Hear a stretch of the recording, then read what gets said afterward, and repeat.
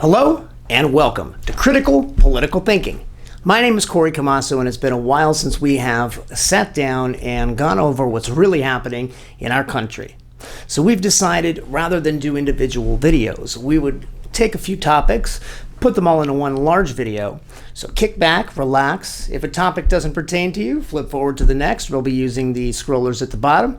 So pay attention to the topics that pertain to you. In this video, we'll be covering everything from COVID to Black Lives Matter to Chaz Chop to Trump to Biden, the election, a whole lot of topics. So we hope you enjoy. It's been a while since we've joined you here at Critical Political Thinking. We've been focusing on our local channel, N.e.p.a. Investigates, as there's been a lot of attention here in our local area that we needed to attend to. But we are back with a very important video, and we hope you enjoy. Once again, my name is Camasso, and this is Critical Political Thinking.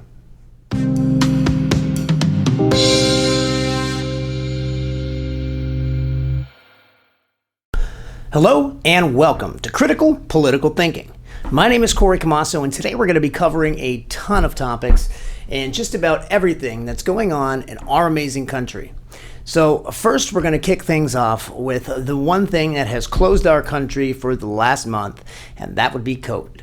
So COVID has come and it has literally destroyed our entire country. It has shut down our economy. It has literally disgraced a great deal of governors in the way that they've responded, reacted, and frankly, in some cases, may even be held criminally liable for the way they've responded. And in some cases, this can be unfair because they really did try to do the best they can do with the situation at hand. But then there are other cases where there's just blatant disregard and a lot of things that just aren't fair. So that's going to be a whole different topic for a whole different day. But where we stand currently with COVID, we are now in the reopening phase, as you would like to call it, and that means our country has now begun the process of getting back to normal.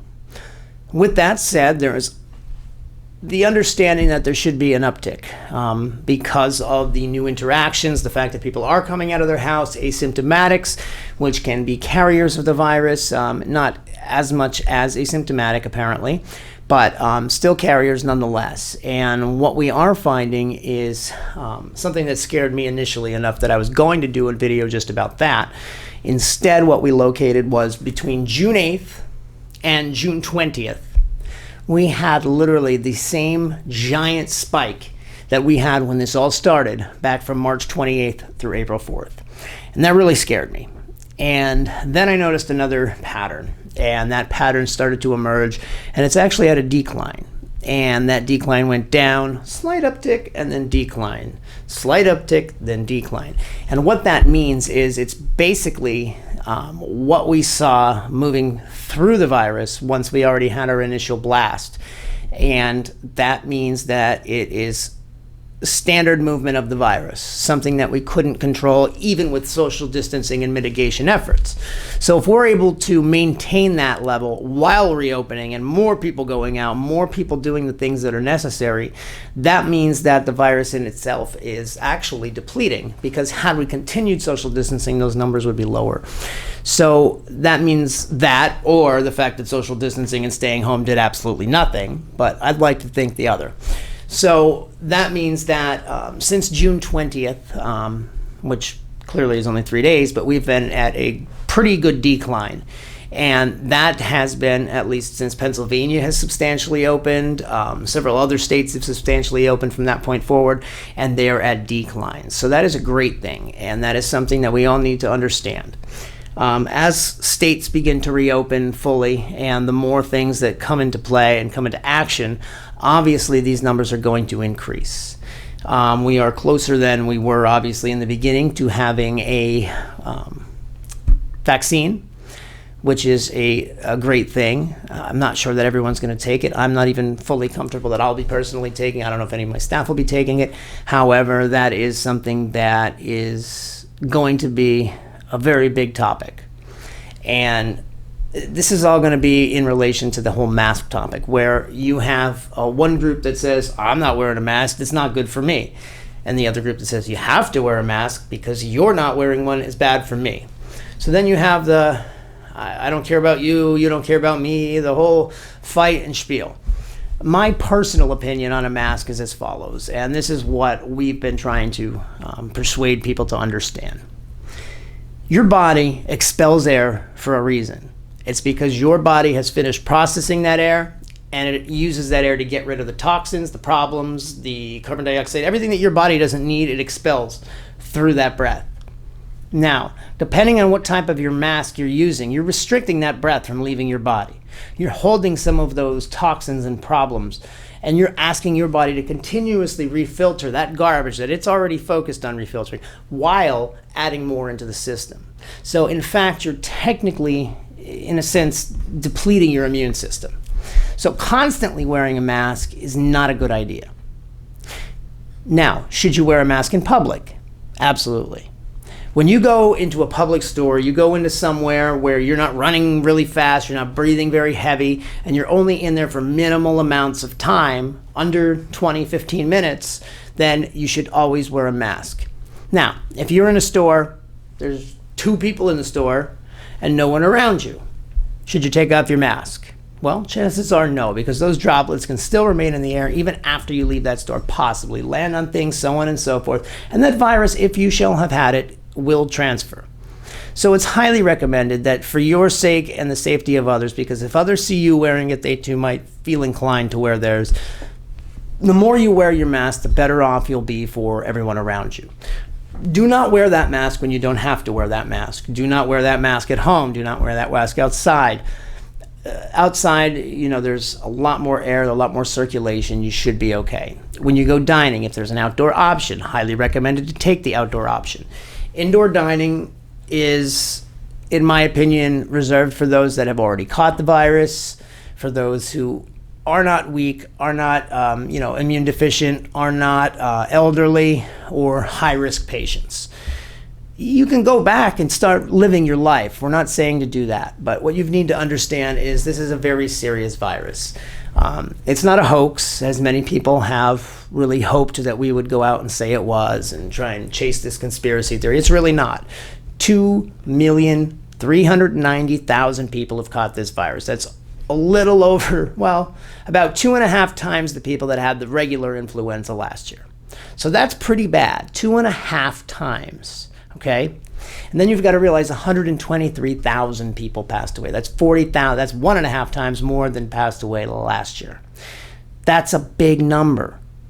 That's getting up there. I mean, it's nowhere near heart disease. To be honest, I'm not sure of the other death stats, but I know that, it's getting up there as one of the highest death rates in our country. And that's not good. And we need to protect our elderly, and we need to protect those around us that are more vulnerable. I personally don't feel, even if I caught the virus, I'm probably going to be okay.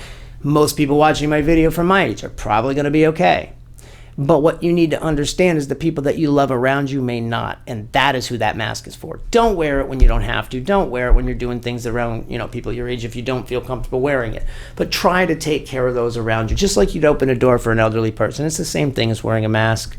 Don't try to make this your standing ground on freedom and all of that, because isn't humanity a little bit part of being free? At least in my opinion. So, 7% of the people that have been testing for coronavirus are testing positive from what we understand, and that's pretty good. That means that people are getting tested, everybody's doing their part, and things are going well. They're saying that 1 in 2,659 people actually pass away from this virus in our population. There's 327,167,434 people, according to the U.S. Census. And with 123,000 people passing away, that's 1 in 2,659.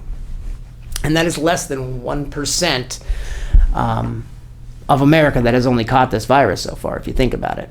Because that's, 2,390,000, and there's 327 million. That's less than 1% of America has only caught this virus. So that leaves potential for other people to catch it, maybe have already caught it, didn't know they had it, so on and so forth. So this is not over by any means. There should be a second wave, and when that second wave comes, we're not even sure if it's going to mutate or not to where it can be caught a second time. So please pay attention. Don't think this is over by any means, but that is where we stand with COVID. At the current time, we're at a slight downtick. If anything changes, obviously, we will let you know. But congratulations, America. It's time to reopen. It's time to get back into the swing of things. This virus was bad, but now we understand a whole lot more about it. And now it's time to hold our governors and our people accountable to let them know that we are ready to activate and come back into the swing of things. Now, while coming back into the swing of things, we've been hit with several other issues, one of which was the killing of George Floyd, and now the killing of Rayshard Brooks. So, the first case, obviously, George Floyd, cut and dry, 8 minutes, 46 seconds on the gentleman's neck.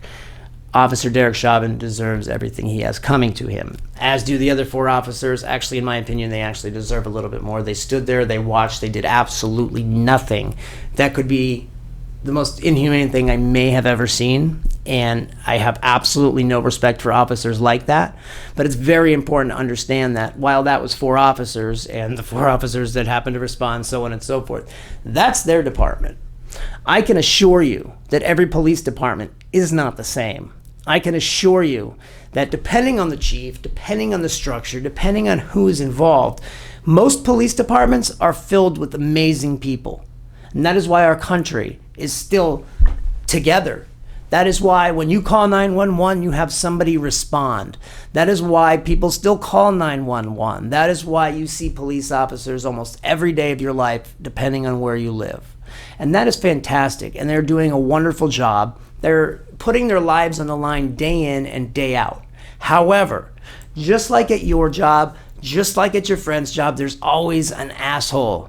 There's always one person that ruins it for the rest of you. There's one person that continuously comes in late, that makes them start studying the time clocks. There's always that one person that stole something that kind of ruined free sodas for everyone else. There's always one person that destroys the reputation of everyone else. And it's important that you don't link everyone else involved with the asinine actions of a few.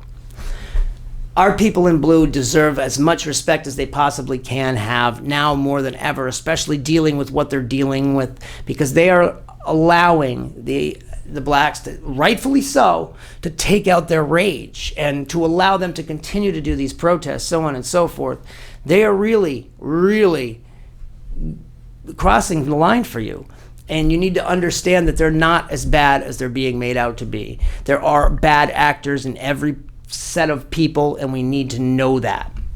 Now, George Floyd, horrible situation, and as a result, it sparked a whole movement. We're going to get to that. Now, the second shooting, however, is Rayshard Brooks, and this is where I tend to differ with a lot of the support. I've been providing a lot of support for the Black Lives Matter because I feel that's one of the most powerful movements, and deservingly so. They have been under-respected and disrespected, frankly, for 400 years, and it's about time we as Americans step forward and take action and stop allowing certain races to have a privilege over any others. We are all united, we are all equal, we are all one people, and that is something that we need to understand and move forward with as a humanity before we can even continue to move forward with anything else. With that said, there is Rayshard Brooks. This is a career criminal. And granted, George Floyd had some issues in his past, but he was recovering, so on and so forth. He may have done a few drugs. I know a lot of people who have. It doesn't make you a bad person. It doesn't deserve to die, frankly. However, in Rayshard Brooks' case, you have someone who has a history to which they did know because they searched, they did the background check and whatnot. They found that this individual who didn't just pull over because he was drunk and parked in a parking spot, like some people are saying, try to pass asleep, doing the right thing. No. This guy pulled into Wendy's to get some food, passed out in the drive-thru, line, so people had to literally drive around him, laying on their horn. From what we understand, he was flipping people off, telling them no, blah, blah, blah, blah, incoherently nonetheless. But eventually it took 2 officers to come and wake up this Mr. Brooks. Once they woke him up, He was very nice, apparently. I mean, a little argumentative, a little cocky, but so what? He was doing his part, trying to do the right thing, from what it seemed. They were talking, conversing, so on and so forth, and he figured, I wasn't driving, they didn't see me drive, maybe they'll just let me pull over, so on and so forth. However, in this day and age, you can no longer do that. This isn't the 70s, this isn't the 80s, this isn't even the 90s. People get sued for the stupidest things. If they were to let him go and he walked home, got hit by a car, so on and so forth, he'd be dead.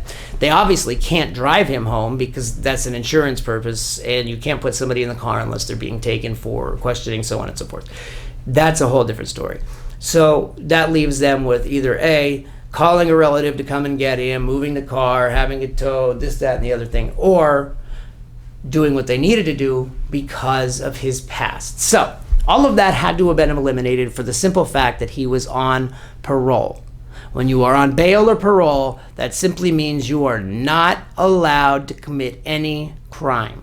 This individual was driving. He was in the drive-thru. It was obvious and evident that he was drunk and driving. Failed a field sobriety test. He was under arrest. He even admitted to drinking. So now they put him under arrest.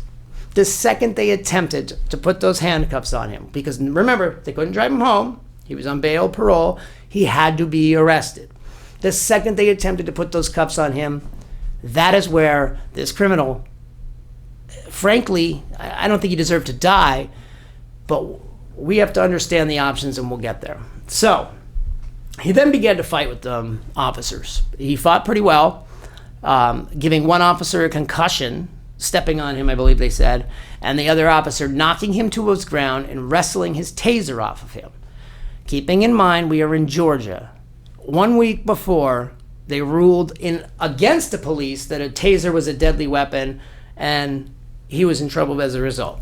So this is now a deadly weapon in this state. This Rayshard Brooks, while running, attempted to turn around. Now, keep in mind, I'm not sure if they did a pat-down. They may not have done a pat-down. If they didn't do a pat-down, he might have had another weapon. So they don't know even if that was that in such a quick motion. They don't know what else he had, could have grabbed, so on and so forth.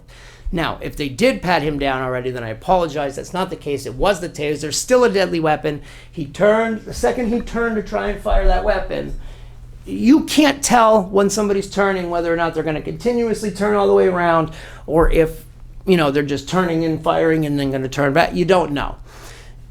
In that split second, he turned around, fired. He fired first. The second that weapon was discharged, that officer realized, if this hits me, if I'm incapacitated, he then has my handgun. He is then going to kill myself and my partner. I have no choice but to put this criminal down.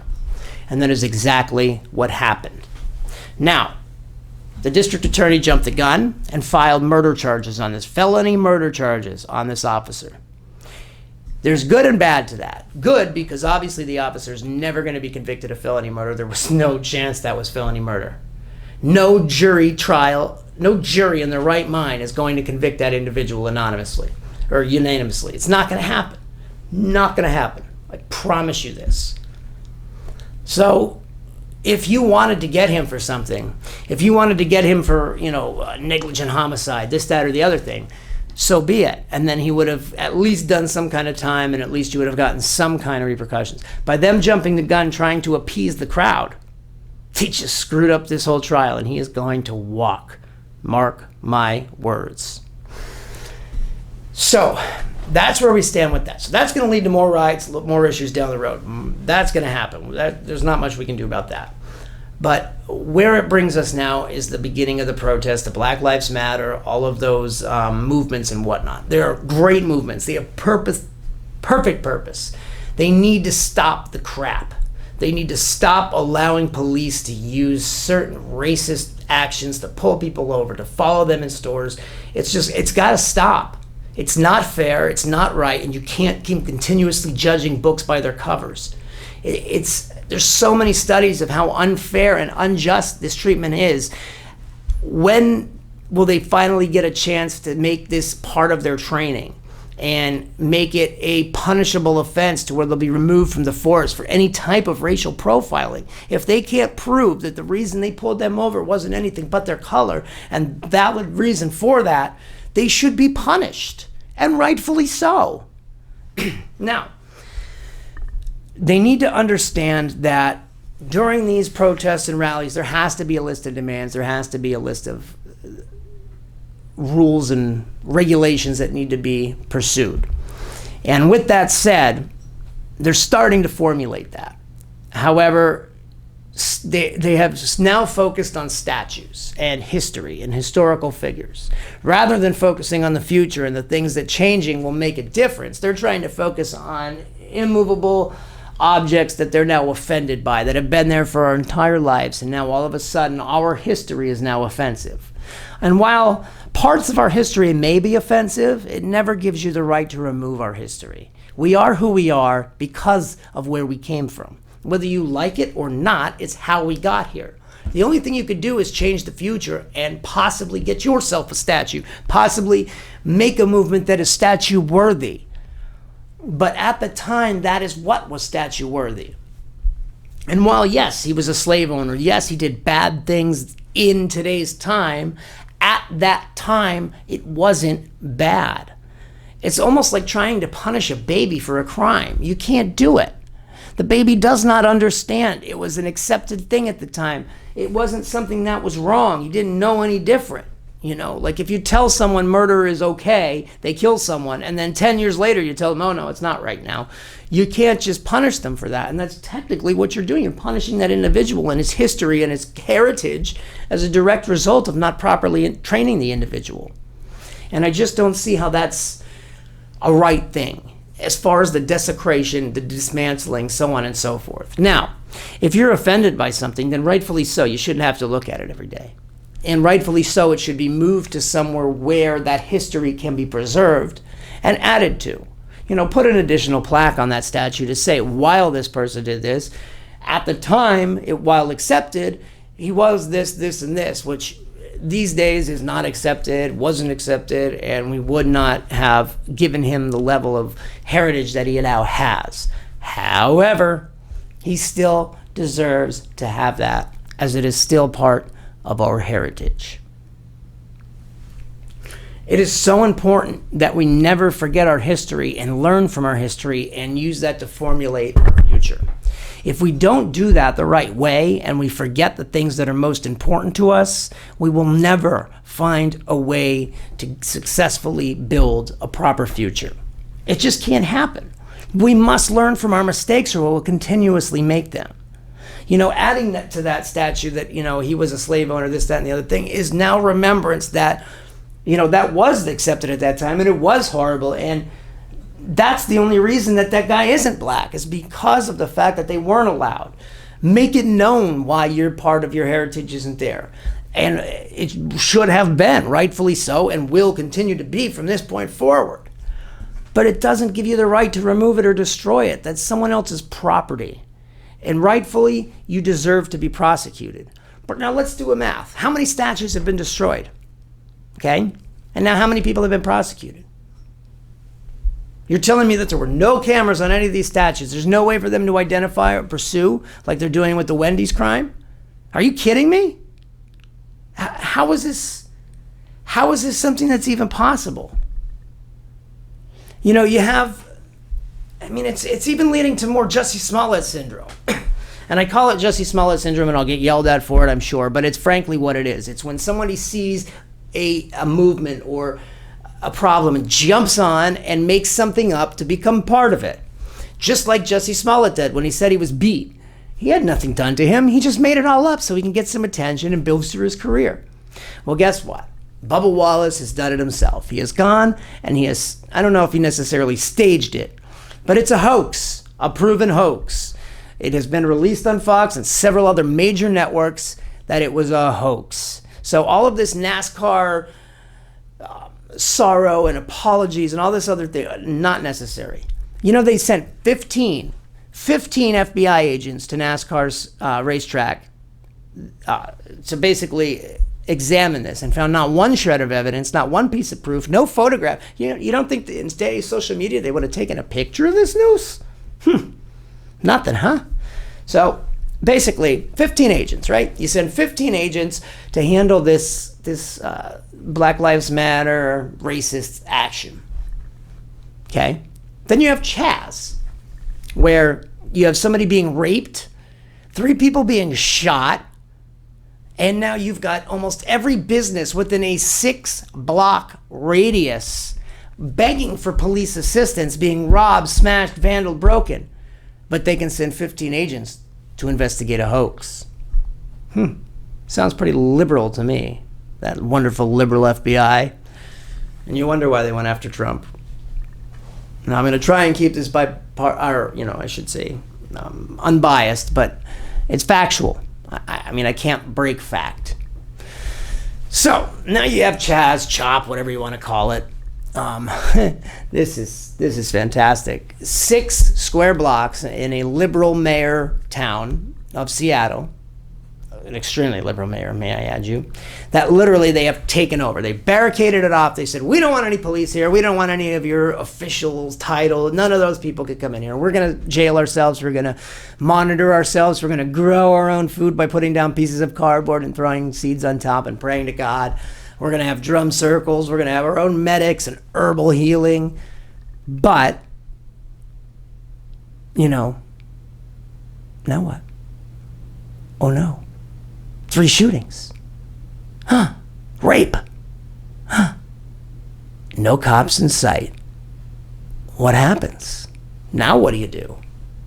You move in there. You take these kids, you take these punks, and you tell them enough is enough. You take back the United States. This is the United States of America. I don't understand how a liberal government can be so shallow that they can just stand back and allow all those hardworking business owners, all those people, all that owned the time and the effort, all their livelihoods, everything they put into those buildings and those businesses and their homes, taken over by a bunch of punks who want no chokeholds. That's all great, but you don't need to destroy and take over someone's property to do it. There are ways to get things done. You petition your senators. You go sit in your senator's office and you go out and you collect signatures. You don't throw a drum circle, destroy a town, spray paint everything within a 6-block radius with crap, curses, violence. Are you kidding? You think you're making a point? You think you're doing the right thing? You're a joke.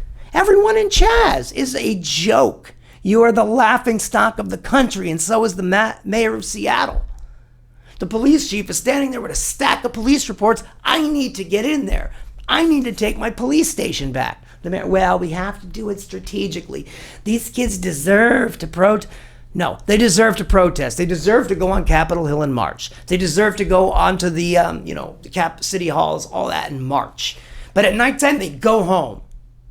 When they're done marching, they're done collecting their signatures, and they're done asking their senators and representatives to pass the bills that actually make a damn change in our country.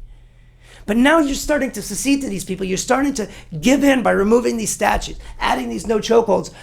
While they're doing these things, you're opening the door to continue to allow them to do this for the rest of their lives. And this is now an accepted way to get things done. Destroy everyone else's property.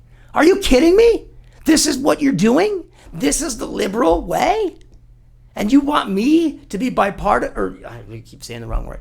You want me to be fair and unbiased? How is it even fathomable when it makes no goddamn sense?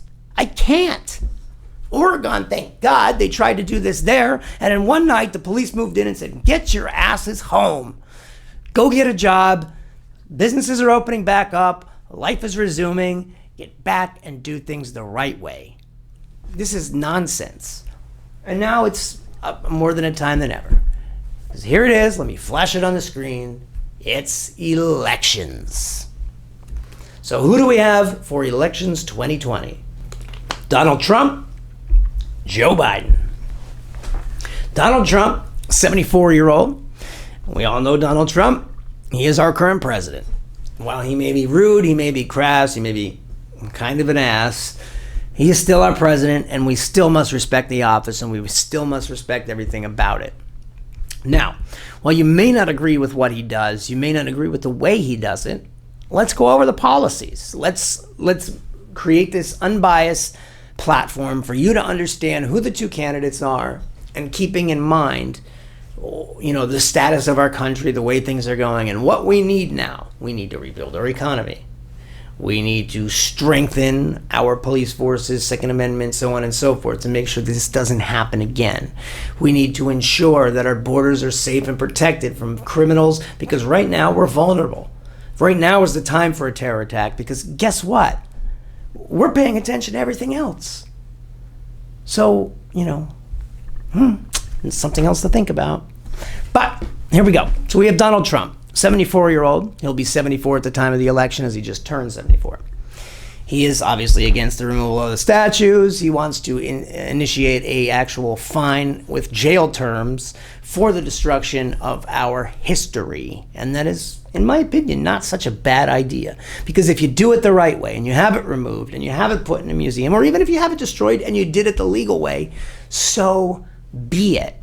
But you never destroy someone else's property. It's against the law.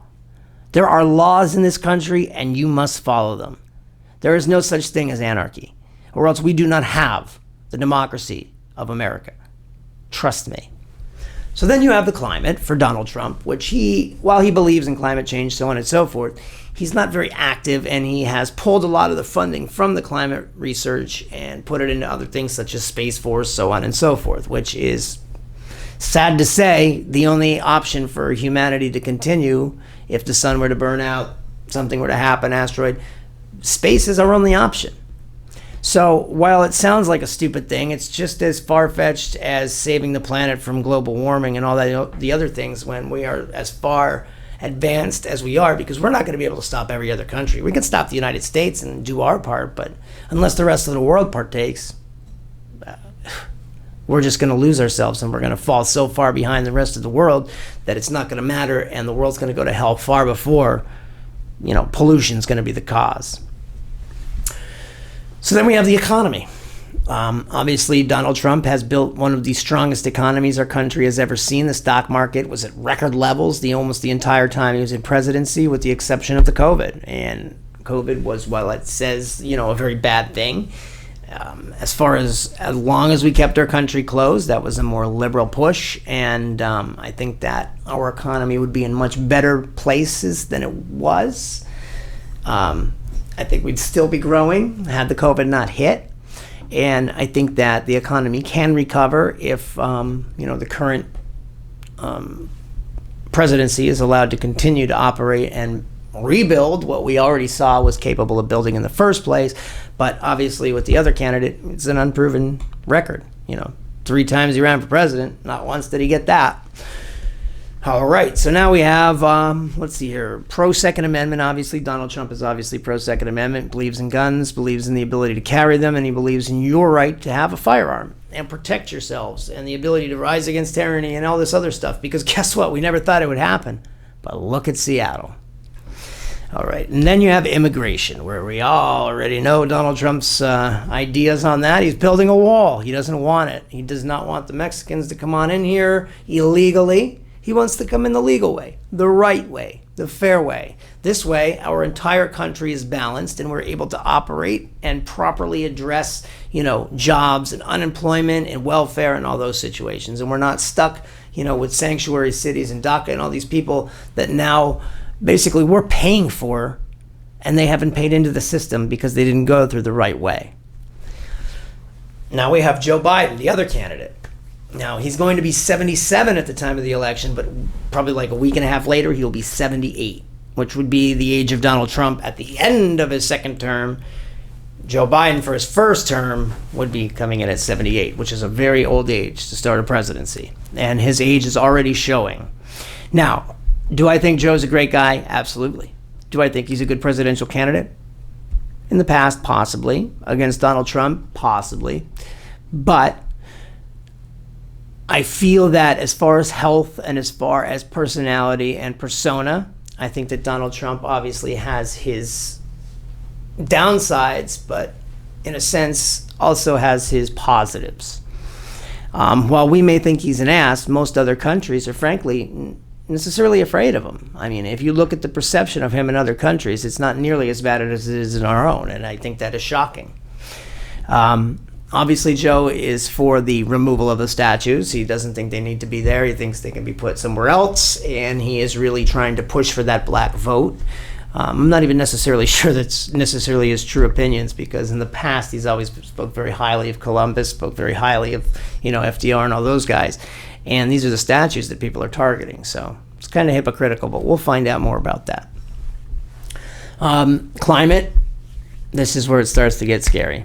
Joe Biden's actually for the Green New Deal. And if you're not familiar with the Green New Deal, I highly recommend you do a little research on the bartender AOC, a Democratic rep that, frankly, has absolutely no political history. She was a bartender up until the point where she was brought into the office. And since then, she has done nothing but keep her mouth open.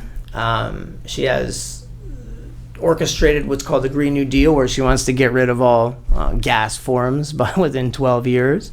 She wants to take one of the country's largest wealth assets and basically make it priceless, and not priceless, useless. Kind of turn everything solar powered, wind powered, green powered, if you will. And this is the Joe Biden way now. This is what, if elected, he's going to be pushing for by 2050. All of the greenhouse gas is gone. A really strong push to save our climate, which is a great thing. But at the same time, we can't necessarily affect our GDPs or our economy, in a sense, with the oil bases and the fuel that we utilize in this country. We can't necessarily allow that to dissipate so quickly. If anything, it needs to be a gradual motion while we deplete our stocks, so on and so forth, so that once it becomes rendered useless, we're in a better place. But we can't rush to things, and that's exactly where her immaturity is showing. And that is why, frankly, Joe should not be adopting that, but he is. Education, he's going with the Bernie way. He thinks that, free college for all. He thinks that most tuition should be reimbursed. He thinks that, depending on what your job is, you should have higher refunds, higher grants, higher so on and so forth. And your forgiveness would be higher based on your job and your income.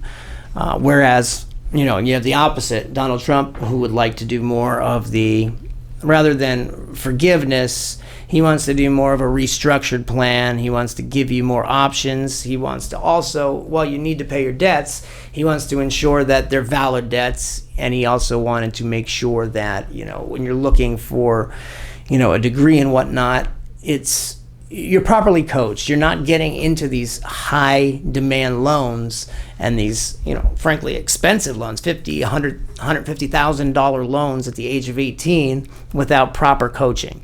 And that's where Donald Trump steps in, rather than just say, here's free college, where they're not understanding, they're not paying for it, so they're not really even appreciating it. We wonder if that's going to be a waste of our tax, so on and so forth. Frankly, I think it is, but that is Joe Biden's plan for education. As far as healthcare goes, he strongly believes in Obamacare and expanding Obamacare. Obviously, Donald wants to take the Obamacare and throw it out the window. He wants to allow the choice to go to the people rather than the insurance companies, and he wants you to have a choice in your insurance company. He wants you to be able to choose your PCP and basically allow the people to have more of a decision, rather than the Obamacare structure where there are certain plans in place and those insurance companies rate and base everything based on the payment structures. And last but not least, we have Joe Biden's immigration policy, which is very sanctuary city friendly. He believes that once you're in our country, you're part of our country, whether or not you came the right way. He does believe in allowing people to earn their stay once they're here, rather than being deported and find their way back in. In some cases, that can be acceptable with the children and all that stuff, but frankly, we already have a lot of people in our country. We already have a lot of issues in our country, and we need to properly vet the people coming into our country to ensure the people here are safe. So that is where we stand with the upcoming election. That is basically where we stand with the Black Lives Matter, the Chaz situation, where we literally have a piece of our country now taken over by an outside force such as Antifa, Black Lives Matter, a nice mesh of the LGBTQ community. They basically all gotten together and said, this is a whole bunch of demands, random demands we want. We just jumped on the bandwagon with the Black Lives Matter, and now we're going to take over this town, and we're going to demand this, and you're going to give it to us. And guess what? They're getting it. So guess what that does? That now opens the door for every time some bunch of jackasses want something, they're going to go and take over a town and not leave until you give them what they want. So what do you need to do? You need to send these people home and say, you didn't accomplish anything. But the things that you mentioned have been mentioned by the proper protesters all the way around the country. And those are the people that did it the right way. And those are the people who have gotten the action done, because that is the American way. You protest, you take it to your senators, you take it to your representatives, you make it a bill, you make it a law. But you do not jump the gun and destroy people's property and just become an anarchist, because that is not America. That is not the American way. It has never been accepted. It will not be accepted, and we will not allow it or stand for it. And frankly, the current president seems to not stand for it, and for that I applaud him. He's attempting to put a fine on statue damage and destruction. He wants to put a jail term on that. That's phenomenal. You don't destroy something. You destroy it mentally by taking it down mentally, by putting it through the proper channels. Just like entering this country, you put it through the proper channels.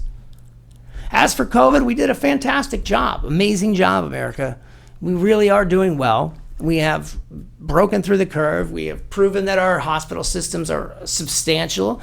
We need to applaud our lifetime heroes, which are our nurses, our doctors, our essential workers, all the people that have stuck it strong for those 3 months and carried us through. We need to applaud them. It's been a hell of a 3 months. These few topics that we've gone over have been very interesting. So 2020 has been 1 year for the book so far, let me tell you.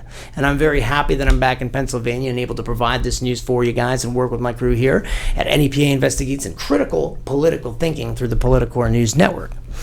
My name is Camasso. We hope you enjoyed this video. We hope you learned some things, and we hope you gave you a better picture of what's going on in our country, what to expect, and how we basically need to move forward in order to remain a solid country.